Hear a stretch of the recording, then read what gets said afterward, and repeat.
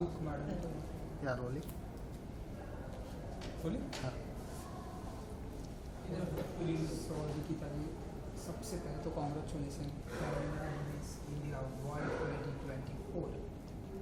Thank you so much, thank you so much. ये जो है मतलब जो भी लोग हमारी इस इंडस्ट्री में आना चाहते हैं, हर किसी का ये सपना होता है कि ये ताज एक दिन उन्हें मिले एंड वो आज आपको मिला है। तो थोड़ा इसके बारे में बताइए कि ये क्या आपका ड्रीम था, आपने सोचा था कि मुझे इस तरह से पार्टिसिपेट करना चाहिए, या सडनली आपके हुआ, क्या कुछ हुआ?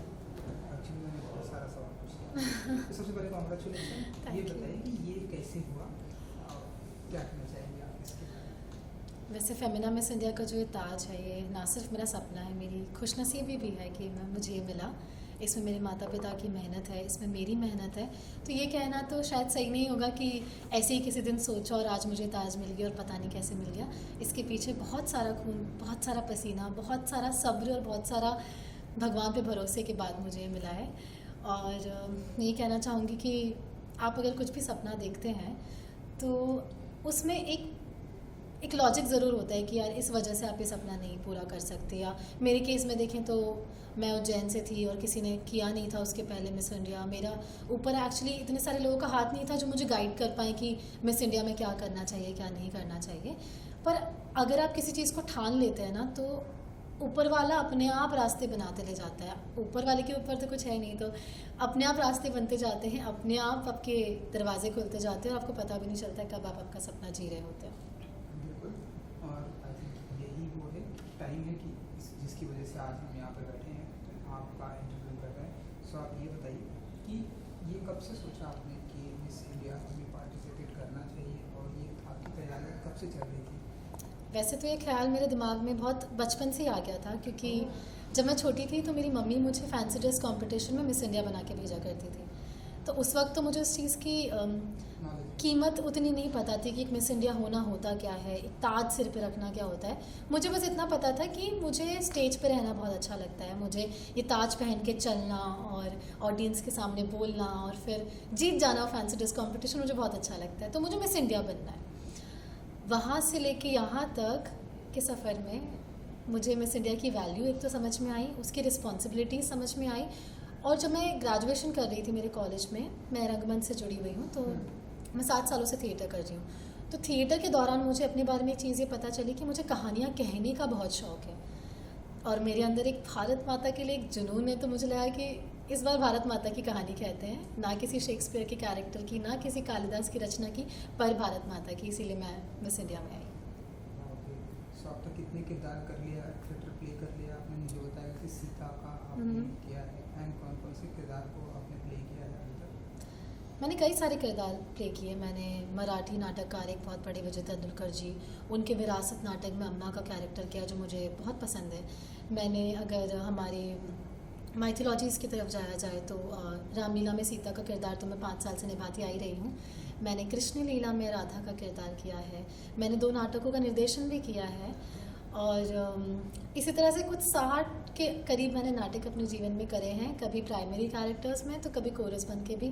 पर मेरा रंगमंच के साथ साथ हमेशा जुड़ा रहा है। बिल्कुल, मैंने आपने निर्देशन भी किया, तो आपकी ये वर्ड सुन के मुझे ये एहसास होता है कि आपकी हिंदी भी बहुत अच्छी है। जी। सो ये बताइए कि जब आप यहाँ पर आपका ये सारी चीज़ें पार्टिसिपेट एंड ये सब कुछ चल रहा था, जब कई सारे लोग थे पार्टिसिपेट, तब आपको कहीं ऐसा लगा कि नर्वसनेस, आपको कहीं ऐसा लगा कि अनु कि मैं विनर होंगी या होंगी नहीं होंगी, या फिर जीतूंगी या नहीं जीतूंगी, या फिर मुझे कभी बीच में ऐसे क्विट कर देना चाहिए, उसको देने?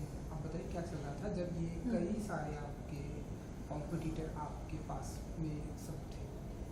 ईमानदारी से कहूँ तो मिस मध्य प्रदेश बनने तक काफ़ी सही था, काफ़ी अच्छा लग रहा था एक्चुअली। क्योंकि जब मेरा पहला ऑडिशन था जो दिल्ली में था, मुझे लगा था कि मुझे ये सारी जो भावनाएं आप कह रहे हैं मेरे मन में आएंगी। मुझे लगा था कि कहीं ना कहीं इतनी सारे हज़ारों लड़कियों की भीड़ में कहीं मैं गायब ना हो जाऊँ। मुझे इस चीज़ का डर था। पर जब मैंने पहली बार ऑडिशन दिया, पता नहीं कायनाती क्या एनर्जीज़ थी जो मेरे साथ अलाइन हुई, और मुझे ऐसा लगने लग गया था फर्स्ट ऑडिशन से कि स्टेट फिनाले तो मैं जीत रही हूँ, मुझे मिस मध्य प्रदेश का खिताब तो मिल रहा है। अपनी कॉम्पिटिटर्स जो लड़कियां थी, अपनी जो साथ वाली लड़कियां थी, उनसे मिलने से पहले ही मुझे पता था कि मुझे फीलिंग आ गई थी कि मैं मिस मध्य प्रदेश तो बन रही हूँ। लेकिन जब मैं मिस मध्य प्रदेश बनी, उसके बाद हमारी बहुत डिटेल में ट्रेनिंग स्टार्ट हुई, हमारी बातचीत स्टार्ट हुई, और मैंने देखा कि 30 स्टेट से जितनी भी कंटेस्टेंट्स आई थी, सभी काफ़ी खूबसूरत, काफ़ी इंटेलिजेंट, और सबकी लाइफ काफ़ी इंस्पिरेशनल रही थी। तो मुझे कहीं ना कहीं लगा कि कहीं मैं खो ना जाऊँ, इस जगह में कहीं खो ना जाऊँ, और क्या पता मैं जो सपना लेके आई हूँ, क्योंकि सभी वो सपना लेके आए हुए थे, तो जो डिजर्विंग होगा वही जीतेगा। तो कहीं ना कहीं एक दिमाग में था कि हो सकता है कि मैं शायद नहीं जीतूँ, और बीच में कई बार ऐसे मोमेंट्स आए भी जब मुझे लगा कि नहीं, ये मेरे लिए नहीं है, या मैं नहीं कर पा रही हूँ। पर उस समय पे मुझे लगता है कि उन लोगों को हमें देखना बहुत ज़रूरी होता है जिन्हें आप में विश्वास होता है, जिन्हें आपको बचपन से देखा होता है। तो मैं अपनी मम्मी से कॉल करके बात कर लिया करती थी, बहुत हैक्टिक शेड्यूल होता था, लेकिन मैं मम्मी से ज़रूर बात कर लेती थी। तो मम्मी की बातों में मुझे एक आश्वासन हमेशा मिलता था कि बेटा कुछ नहीं होगा तो तजुर्बा होगा, इसलिए जो कर रही है उसमें 100% अपना दिल लेके कर, और भगवान सही सब कुछ सही करेंगे।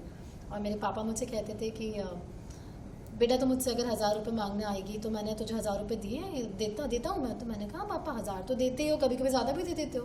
तो पापा ने बोला एग्जैक्टली ये भगवान भी करते हैं, तूने भगवान से कुछ मांगा है ना तो वो उतना तो देंगे ही, अगर उतना नहीं दिया तो सोचना कि उससे ज़्यादा देने वाले हैं वो। तो यही मानसिकता के साथ मैं फिनाले तक बनी रही और जीत गई। देन जिस दिन ये आपने ये क्राउन जीता तो कुछ एक सवाल भी करते हैं लोग आपसे, जो आप जो जजेस होते हैं जिन्हें हम की भाषा में महानुभाव जी, जी, पर्सनालिटी कहते हैं, बताइए क्या क्या सवाल पूछा गया आपसे उस समय और क्या रिप्लाई था आपका? मुझसे काफ़ी सारे सवाल पूछे गए थे ड्यूरिंग द पैजेंट। फिनाले वाले दिन के जो मेरे प्रश्न थे वो एक ही प्रश्न पूछा जाता है, और सबके दिमाग में कहीं ना कहीं वो रहता है कि शायद हमसे ये पूछा जाएगा, ये पूछा जा सकता है, या मेरे इंट्रोडक्शन में मैंने ऐसा कहा है तो मुझसे शायद ये पूछ लें। लेकिन हमेशा जब ऊपर वाले को आपको कुछ देना होता है तो वो आपको सबसे टफेस्ट चॉइस से गुजरने का मौका देते हैं। तो जो मुझसे प्रश्न पूछा गया था मैं उसके लिए कतई प्रिपेयर्ड नहीं थी, तो उसको मैंने आंसर किया जो उस समय पे आया। क्योंकि मुझे लगता है कि जब आप किसी चीज़ के लिए प्रिपेयर्ड नहीं होते हो और आपको उस चीज़ में डाल दिया जाता है तो आपको भी नहीं पता होता आप खुद को कब सरप्राइज़ कर देते हो। तो मेरा जवाब भी कुछ ऐसे ही था जिससे मुझे क्वेश्चन क्या था? उसके लिए आपको हमारे टेलीकास्ट का इंतज़ार करना पड़ेगा, जो कि जल्दी आने वाला है। आप www.missindia.com पे हमें फॉलो कर सकते हैं और आपको सारी जानकारी मिलेंगी कि हमारा टेलीकास्ट कब होगा। एंड ये जो क्राउन आज आपने पहना है, ये हजारों लाखों लड़कियों का सपना होता है। इवन बहुत सारी मॉडल जो रैंप वॉक करती हैं उनका भी ये सपना होता है कि एक दिन ये क्राउन उन्हें भी उनके भी सिर पर आए। लेकिन कुछ एक आप जैसे लोगों के सिर पे ही ये क्राउन आता है। तो ये बताइए कि अब जब ये क्राउन आपके सर पर है तो क्या फील कर रही हैं आप? पहले तो मैं बहुत बहुत बहुत ज़्यादा खुश हूँ कि ये क्राउन मेरे सिर पे आया। मुझे मौका मिला 60 साल जो मिस इंडिया की एक लीगेसी रही है उसको कंटिन्यू करने का, और उन सारे नामी लोगों की लिस्ट में एक अपना नाम भी ऐड करने का जिन्होंने भारत के लिए ही नहीं बल्कि पूरे वर्ल्ड के लिए बहुत कुछ किया है। तो मैं तो पहले तो बहुत थैंकफुल हूँ पूरी मिस इंडिया ऑर्गेनाइजेशन के टुवर्ड्स जिन्होंने मुझे इतनी अच्छी अपॉर्चुनिटी दी, जिन्होंने उन सारी लड़कियों को दी जो अपने आप में से कुछ सीख के गई हैं, जो इस जर्नी से कुछ लेके गई है। मुझे लगता है यहाँ पे सिर्फ क्राउन ही नहीं लेकिन बहुत बड़ा एक तजुर्बा हमें मिला है जो शायद लाइफ टाइम काम आएगा। और दूसरा ये कि ये क्राउन बहुत भारी है जिम्मेदारियों की वजह से, क्योंकि अब मैं अपने आप को रिप्रेजेंट नहीं कर रही हूँ, मैं अपने राज्य को नहीं कर रही हूँ। अब मैं 2026 में भारत का प्रतिनिधित्व करने जाऊंगी वर्ल्ड स्टेज पे। तो मुझे लगता है कि हमारे देश की तमाम औरतों का, तमाम बच्चियों का जिनकी नज़रें मुझ पे है शायद उनकी एम्पावर्ड आइडल के रूप में, तो उनकी जिम्मेदारी है कि मैं उन सब के लिए भारत के लिए वो क्राउन वापस लेके आऊँ और अपने देश का प्रतिनिधित्व पूरे सच्चाई के साथ करूँ। बिल्कुल, यही मेरा अगला सवाल था कि 2026 की यहाँ से जाने ये सब होने के बाद, इंटरव्यू खत्म होने के बाद कैसी आपकी तैयारियाँ चलेंगी, क्या क्या प्रिपेयर करेंगे आप 2026 के लिए मिस वर्ल्ड?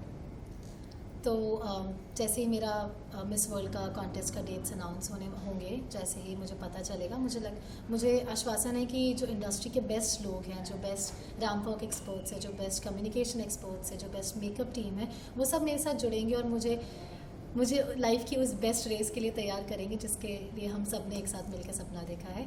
और मैं वेट नहीं कर सकती उन दिनों के लिए जब मेरी ट्रेनिंग स्टार्ट होगी। लेकिन उसके पहले मुझे लगता है कि क्योंकि ये सक्सेस बहुत रातों रात मिली है, ऐसा है एकदम से छोटे शहर से आने के बाद थोड़े बहुत फॉलोअर्स थे, आज बहुत ज़्यादा नाम हो गया है, बहुत सारा लोगों से प्यार मिल रहा है, सपोर्ट मिल रहा है। तो मेरा बस एक यही रहेगा कि मैं अपने आप को ज़मीन से जोड़े रखूं, क्योंकि यही बेस्ट प्रिपरेशन हो सकती है जो मैं मिस वर्ल्ड के लिए सबसे पहले स्टेप के रूप में कर सकती हूँ।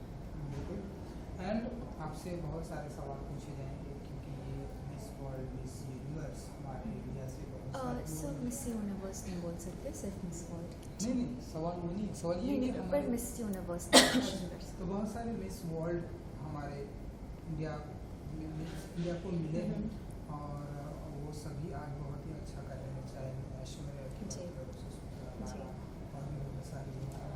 सो अब उन सभी का रास्ता कहीं ना कहीं फिल्म इंडस्ट्री की तरफ जाता है और आज वो अपनी इंडस्ट्री में बहुत अच्छा कर रहे हैं। तो ये 2024 की तैयारी है तो आप डेफिनेटली करेंगे। उसके बाद क्या आपके दिमाग में कहीं कुछ ना कुछ एक्टिंग भी आता है कि आपको एक्टिंग करना है, क्योंकि आप थिएटर से जी, आए हैं, जी, आपने जी। theatre किया, इसलिए ये सवाल है कि एक्टिंग भी हम आपको देखेंगे फिल्म इंडस्ट्री में एक्टिंग करते हुए। जी बेशक, मैं अपने आप को बतौर एक्टर, बतौर अभिनेत्री मैं खुद भी देखना चाहती हूँ। मैं अपने माँ बाप के लिए भी फिल्में करना चाहती हूँ और मेरा पैशन रहा है एक्टिंग हमेशा से। मैं 7 साल से मैंने रंगमंच से खुद को जोड़े रखा है। इनफैक्ट मैंने अपनी जो ग्रेजुएशन है वो भी मैंने परफॉर्मिंग आर्ट्स में की है, जो आमतौर पर लोग करते नहीं हैं। तो मेरा पैशन क्राउन की वजह से नहीं है कि मुझे क्राउन मिला है तो मुझे फिल्में मिलेंगी और मैं करूँगी।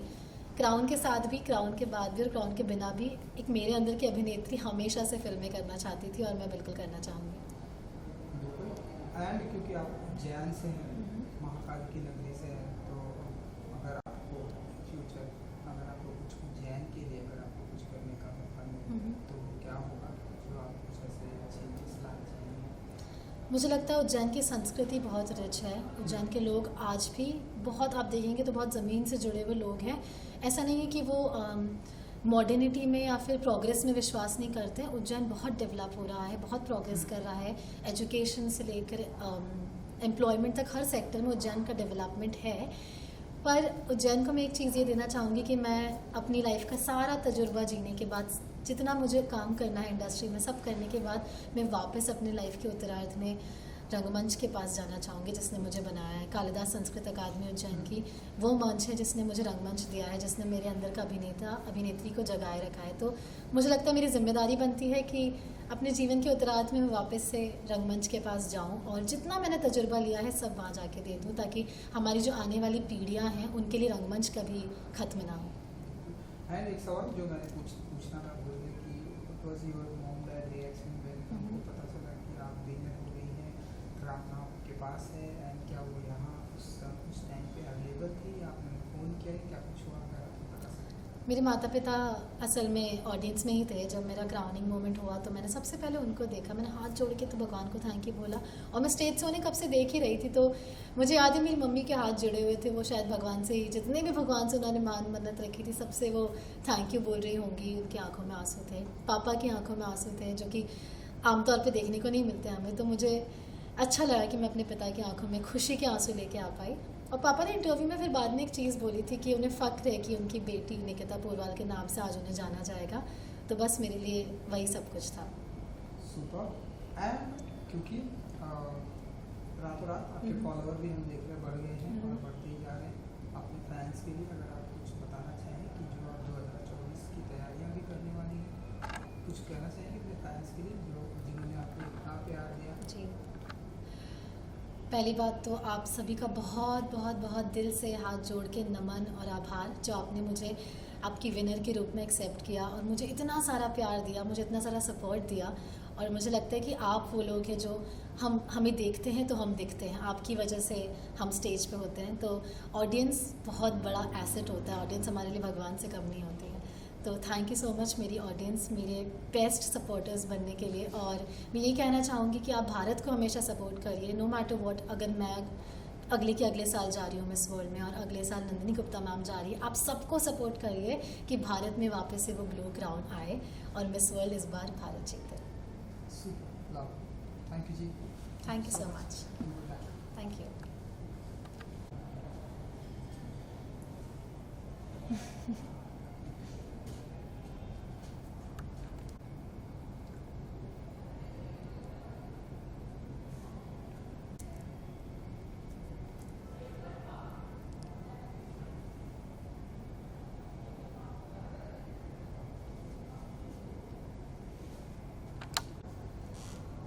वॉकिंग चाहिए आपको थोड़ा सा?